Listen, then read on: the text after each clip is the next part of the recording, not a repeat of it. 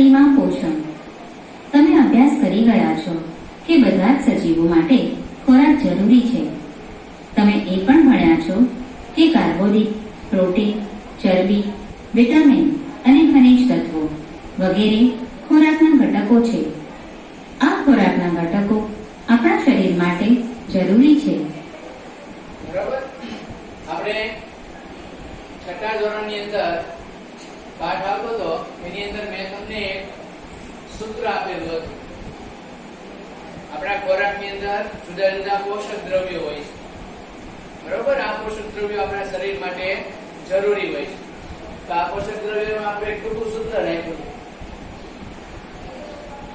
કોઈને યાદ આવે છે? કા ચ રો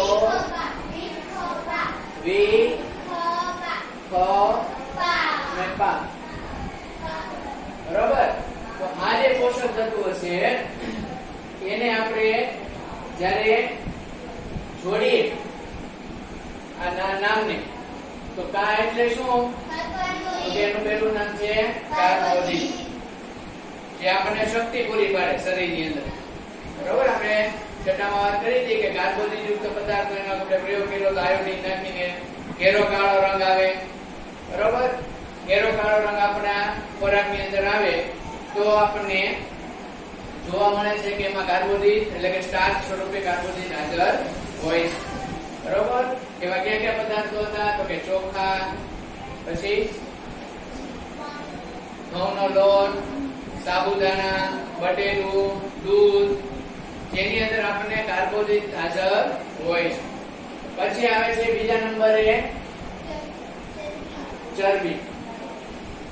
ચરબી આપણા કોષોના બંધારણ માટે જરૂરી છે. બરોબર. અને એ પણ આપણને ઉર્જા અને શક્તિ પૂરી પાડે છે. ચરબી માટેની આપણે પ્રવૃત્તિ કરી હતી, યાદ કરો. જુદા જુદા દાણા લઈ આવ્યા આપણે. પછી એને શું કર્યું હતું? ઘસ્યા.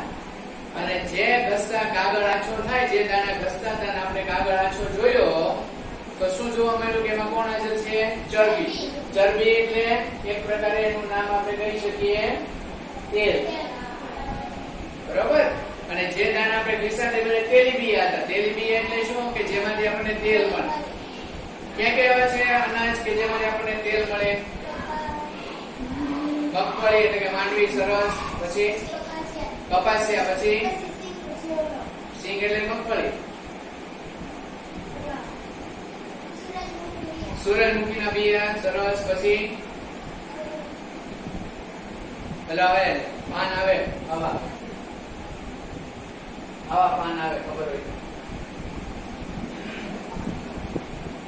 યાદ કરો. અણી વાળા હોય, પપૈયાના પાન જેવા પાન લાગે. દિવેલ નીકળે, દિવેલ. એરંડિયું, એરંડાના બીજ જોયા છે ને? એરંડા એમાંથી તેલ નીકળે.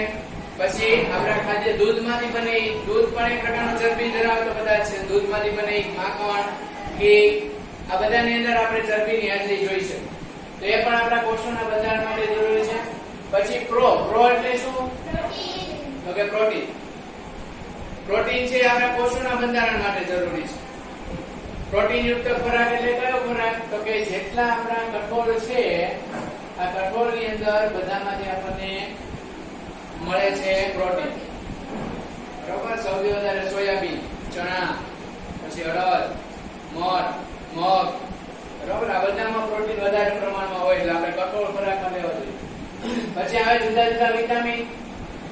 વિટામિન ના આપણે પ્રકાર જોઈએ તો vitamin A, vitamin B, vitamin C, vitamin D, vitamin E અને વિટામિન K. બરાબર. એમ 6 પ્રકારના વિટામિન આપણે જોયા કે જે પણ આપણા શરીરના બંધારણ માટે જરૂરી છે. આ વિટામિન ની પણ કંઈક ને કંઈક અગત્યતા આપણા શરીરમાં રહેલી છે. જેમાંથી એક વિટામિન કે અમુક વિટામિન આપણા શરીરમાં ન જાય તો આપણને અમુક ગંભીર રોગો થઈ શકે. જેમ કે વિટામિન A આપણે ન ખાઈએ ખોરાકમાં તો આંખોની દ્રષ્ટિ એટલે કે આંખોનું જોવાનું વાંદરાપણું થઈ શકે. રતાંધળાપણું નામ આપ્યું હતું. વિટામિન C ન જાય તો લોહી પેટામાં લોહી નીકળણ સ્કર્વી નામનો રોગ થાય. વિટામિન B ન મળે તો બેરી થાય. વિટામિન D ન મળે તો સુક્તાન થાય, હાડકાના રોગ થાય. આવા જુદા જુદા વિટામિન પણ આપણા શરીર માટે જરૂરી છે. પછી આવે ખ એટલે ખનિજ તત્વો. જુદા જુદા ખનિજ ક્ષારો જે આપણા ખોરાકમાં રહેલા છે ને આપણા ખોરાક દ્વારા આપણા શરીરની અંદર જાય છે. તો આવા ખનિજ ક્ષારોની અંદર આપણે જોઈએ મેગ્નેશિયમ, પોટેશિયમ, સલ્ફર, આ બધા શરીરની આવે. કેલ્શિયમ, આયર્ન, લોહ તત્વ, બરોબર. એને અનુરૂપ પણ ખોરાક આપણા દૈનિક જીવનમાં હોય છે. જેમ કે ગોળ ખાઈએ તો લોહ તત્વ આપણા શરીરમાં જાય, બીટ ખાઈએ તો આયર્ન એટલે કે લોહ તત્વ, હિમોગ્લોબિન છે ને કહે છે તમારે હિમોગ્લોબિન ચેક કરીએ છીએ આપણે અમુક સમયે કે એટલું હિમોગ્લોબિન છે. લોહીમાં રહેલું એક રક્તકણ જેવું કણ કે જે આપણા શરીરની અંદર ઓક્સિજન આપણને પૂરો પાડે. આપણે આ સત્રમાં આ વિજ્ઞાનની અંદર જ ભણશું આગળ પરિવહન આવશે બીજો પાઠ પછી, બરોબર. તો આ ખનિજ તત્વો પણ આપણા શરીર માટે જરૂરી છે. અને છેલ્લું ઘટક પાણી. ઋતુ અનુસાર આપણે પાણી પીવું જોઈએ. પાણી દ્વારા પણ આપણા ખનિજ તત્વો છે આપણા શરીર સુધી પહોંચતા હોય છે, બરોબર. પાણી છે આપણા શરીરનું અંદરનું શુદ્ધિકરણ કરે છે.